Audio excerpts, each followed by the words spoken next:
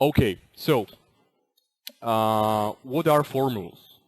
For easier understanding, form rules are basically just a simple scripting language that was introduced for the purpose similar to that of the purpose of CRM workflows.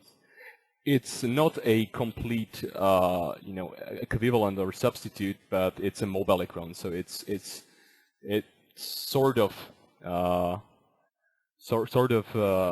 replaces that functionality. When we were creating form rules, our goal was to make them easy enough for people to use, even for those people who have little to no coding skills. We also made them complex enough so large variety goals can be achieved. We introduced form rules. It was in version 6.1. It was actually long before Microsoft's business rules that were introduced in CRM 2013. And from what we have learned through time is, from our users, what we've learned is that it's been a valuable addition to the whole solution. So you can get some, idea for those ones who have never tried form rules before. This is just a sample list of things that you can do with form rules. You can either hide or disable fields. You can hide tabs in the forms. You can, make fields to appear as they were business required. That means they are highlighted in red and they are required to be filled in. The application won't let you save the record without filling them in. You can also assign various values to fields. You can do calculations between fields. You can also fetch data from the parent record through a lookup field that serves as a link to the parent record. What you can do is also you can filter values in option sets. For example, this is what we are going to show today. You can also show error or alert messages. We are going to also show this today. You can do through these messages, you can do basically data validation, and you can also trigger GPS. That means you can tell the device to send the GPS data into the latitude and longitude fields.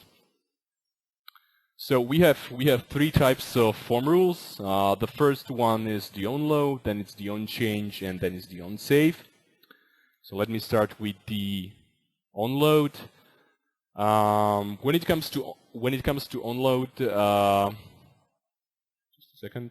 When it comes to onload, as the name suggests, these are form rules that are being evaluated and performed during the loading of the form process. But what is the loading of the form? How does it look like? What happens during loading of the form?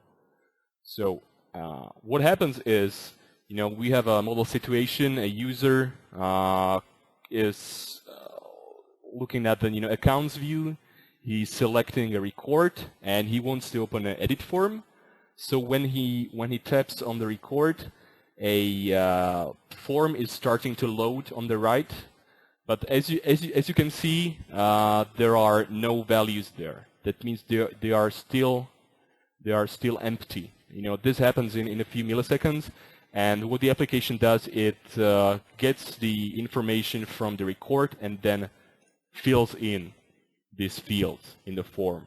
So, and this is very important to know. This is mostly important for the onChange, and we're going to explain this. So, let me continue.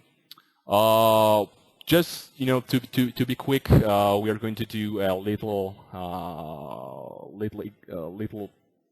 example on this. What we can do is we have an example where we have a salesperson in Germany, and the goal of the formula will be that when the user creates a new contact record, the country field will be assigned with the Germany text string. So because he's in Germany, he only works for the German market. So we will make his work quicker by pre-assigning it. So let me go to the Woodford now. Okay, let me open Woodford. Okay, I've got Woodford open. I will go to the contact entity. I will go to the forms. I will click on the edit form. And I will click on the onload form rule. And I'm going to add the first condition. As the example says that we want the field to be assigned with a specific text string only in the case the record is a new record. That means it's a new form. So we are going to add a condition is that the entity is new, equals true. This means that the record is new, that the form is new, right? So, okay, this condition is done, and we can add a step now because all of the conditions we have specified, and what we only need to do is we have the address to one country, and we are going to assign it with a value, and that is the Germany. So this is an easy form rule, pretty, I guess, straightforward. We are going to publish the project. I'm just going to wait until it saves, so it stops spinning. Okay, I can publish. Let me now switch to the iPad. Okay, I've got an iPad here. I'm going to synchronize the iPad.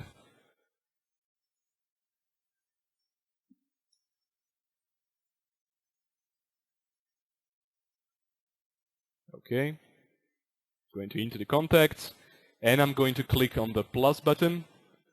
So I'm creating a new record. So without filling any of this, I'm going to check whether the country field has been filled in, and I can see exactly that happened. So this has been a very quick example on an onload form rule. So let me switch back to my presentation. Okay, the next topic will be the on-change. On-change form rules are, as the name suggests, they are performed and evaluated every time and value has been changed on the form. Now, there's a little catch with this, because the on-change form rules are performed and evaluated also during one of the stages of form loading. So let me show it to you again. This was the form loading, and user taps on the record, and edit form starts to load, and it's blank. And in the next step, what the application does, it fills in. So what happens is basically a change happens from blank to something, to some specified values. So, okay. Let me just go back, probably my screen. So I was explaining this, that it went from blank to something. And for this, we have an example. And also, if you don't want this to happen during the on-change, if you want somehow to counteract this, you want to avoid, checking the changing during the loading, we have a specific condition for this. It's called isLoaded. And if isLoaded is true, that means that all of the information has been already loaded and you can specify other conditions. So, and we have an example here. What we want to do is we want to create a form rule, an on-change form rule for the order entity that will set a specific order code option set field to a certain value based on the total amount of the order. So if it's less than 3,000, the form rule will automatically change the option set to yellow. And in all of the other cases, it will change it to green. So let me switch to the Woodford. Okay, here's my Woodford. Okay, I guess you can see it now. So we were talking about the order entity.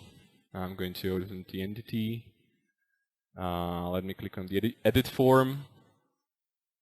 And I'll click, just a second until it refreshes. I will click on the on-change. Oh, I've already got here, so I'm going to delete this. I'm going to start from scratch. So we said we want to check if the total value is less than 3,000. So we are going to create a condition. But first, we want to put there the counteracting condition that the loading has already passed. So we have is loaded equals true, and we are going to add another condition. This one will be about the total amount, and we said it's going to be less than 3,000, so it's less than 3,000. Okay, the condition looks good. So if this condition is met, we are going to add a step that if the total amount is less than 3,000, we are going to change the new order code to yellow. Okay, and we are going to add an add otherwise if to the form rule. We are going to click on the first if, and then we are click. So we are specifying all of the other possibilities that are going to happen. We don't have to specify them because in this case we have just the option set is just either yellow or green. So let me add a step to this, and we want to change it to green. In all other cases, it's going to be green. Okay, this looks fine. Let me save, and let's publish. Okay. Let me switch back to the application, the mobile application, and I'm going to synchronize changes that I did.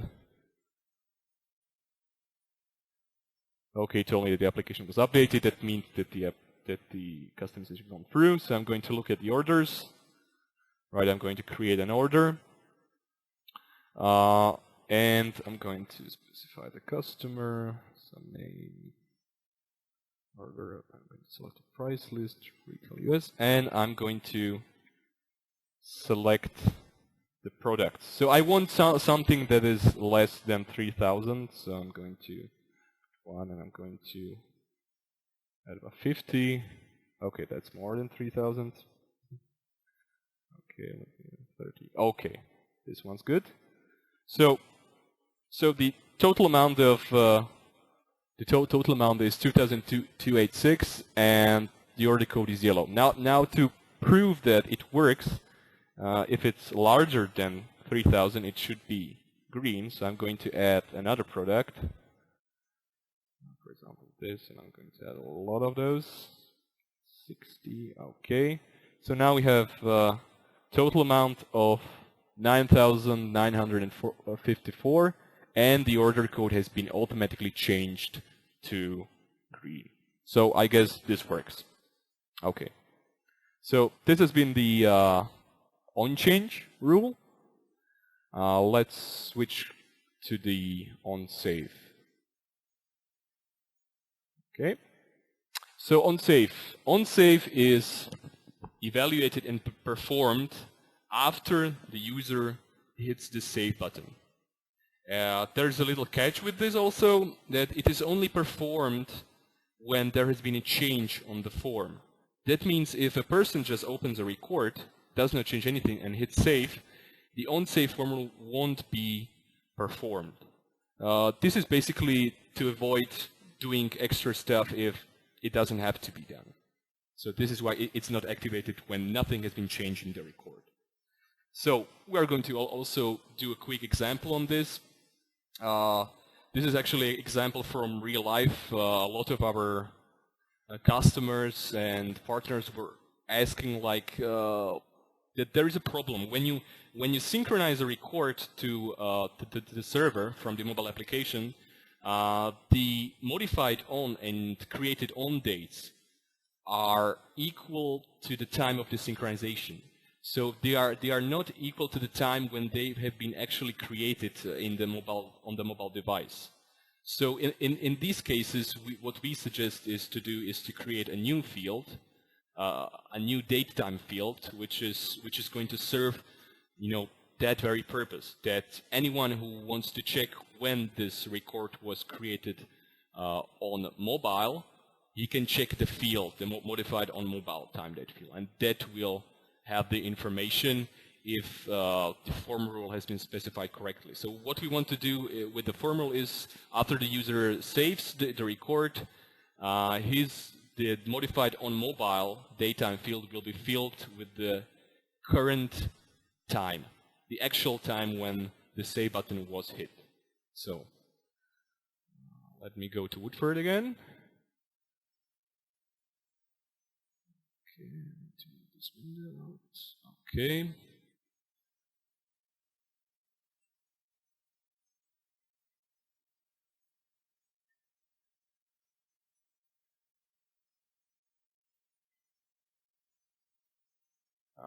Just a second, for some reason it's... Oh, okay. So,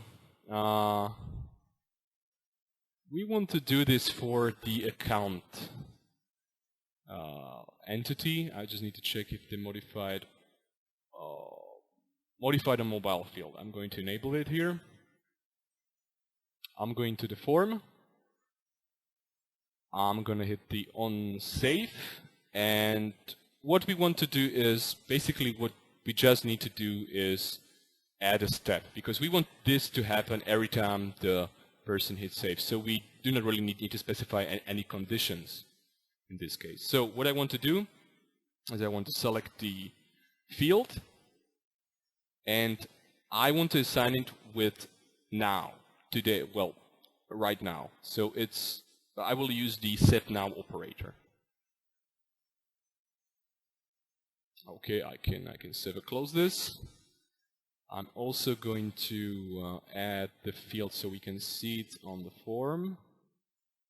Okay, this is good. I'm going to publish.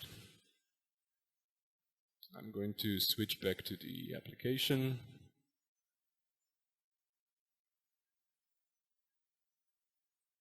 All right. I'm going to synchronize.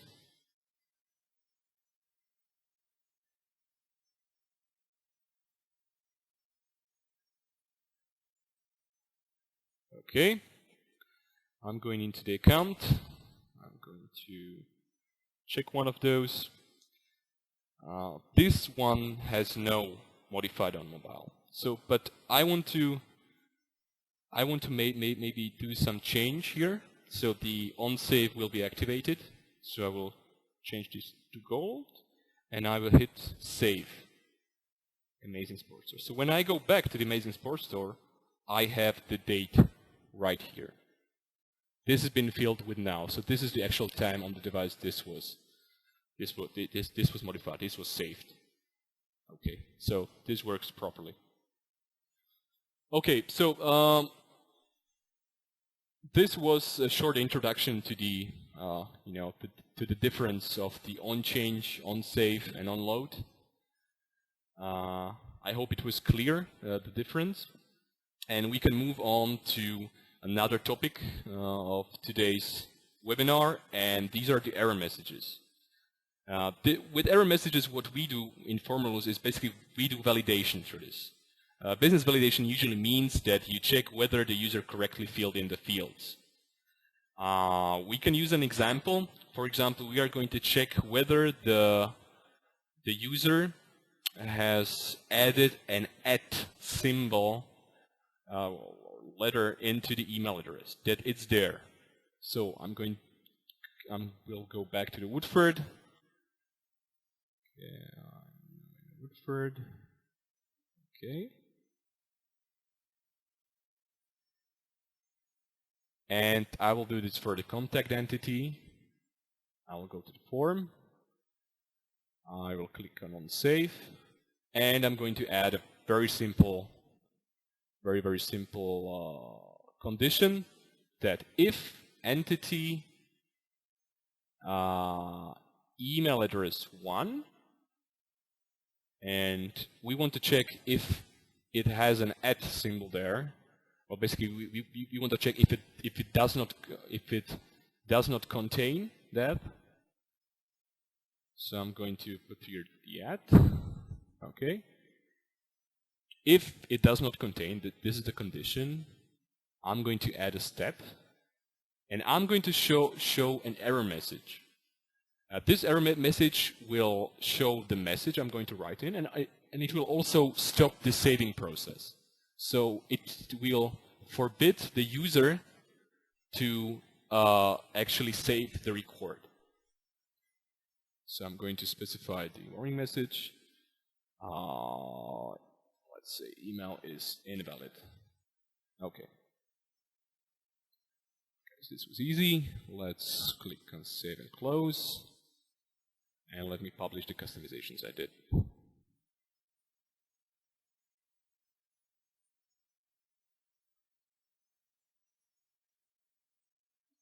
Okay, I'm back at the mobile app. I'm going to synchronize.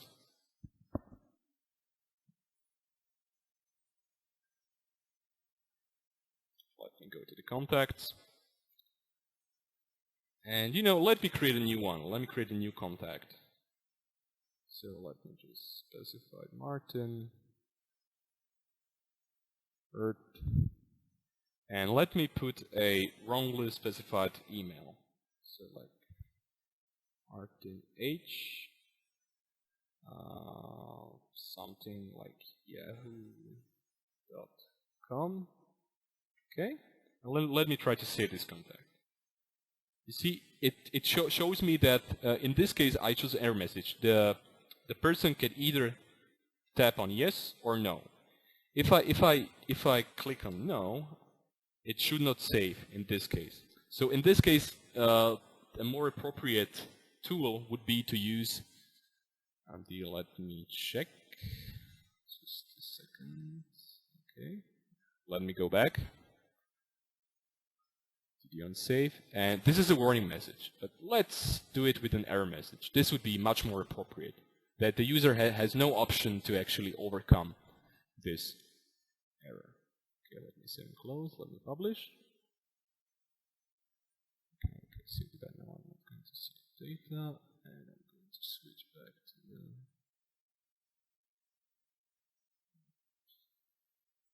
okay, let me synchronize again.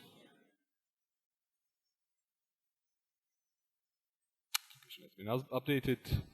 Let me create another contact. Again, it's going to be Martin Hurt, and the email is going to be in without the @.com. And when I click save, the email is invalid. I cannot move further. I cannot save this. So, but if I add, let me just try this. Okay, let me add the @yahoo.com. Okay, it's saved, just because the @ is there. Okay, so you can do various kind of validation with this. You have more options. Some of our customers created really complicated and complex validation schemes that also validate values of some numbers, percentages, and that kind of stuff. So, okay, these were a quick introduction on the validation, and let me move further.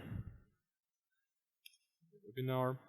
Then, what we want to also show you one of the basic things to do with form rules is option set filtering. Option set filtering, as you probably know it from CRM, is when you filter the options in an option set according to some condition. In this case, I've created an example where you have two option sets, and you want to filter the first option set the second option set according to the first option set.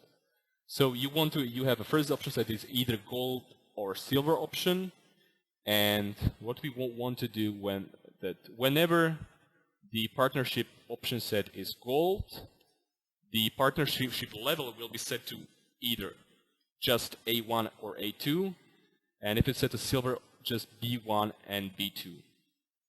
The partnership level option set actually has 4 options, so we need to filter that. Okay, so it's going to be also pretty easy. Let me go to Woodford.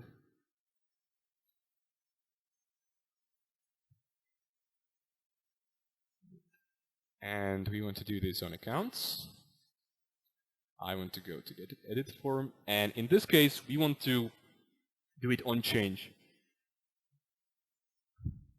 We won't.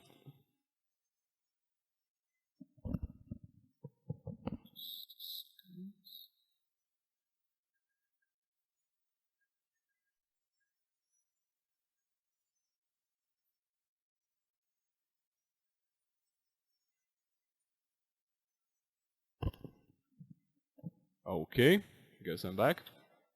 Okay, so let's continue. We want to do it on change.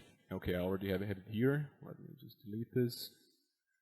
And let's specify the condition. So if it's gold, if the first option set is gold, we want to filter the another option set accordingly. So let me just delete branch, set a condition. We're going to select the field from the entity, and in this is the partnership. So if the partnership is, if it equals gold, right? We are going to do a step. We are going to now pick form because we want to change the stuff on form, the appearance or the options of the option set just on the form. So I'm going to come this. I select the partnership level, this one who has 4, and I'm going to click on combo items. And I'm going to specify which items I want to see just for these conditions. So I said I want to see just A1 or A2. Okay? So, and now let's create an otherwise if for the another eventuality. I'm going to specify that if the partnership in this case is silver, okay, add step again on the form because we are filtering the option set on the form, partnership level, combo items. I'm going to specify just B1 and B2. Okay, I'm going to save and close, publish.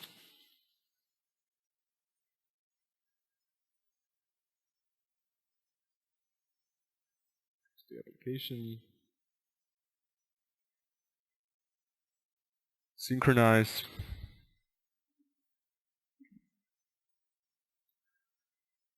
Okay, the application has been updated. I'm going to check into the accounts.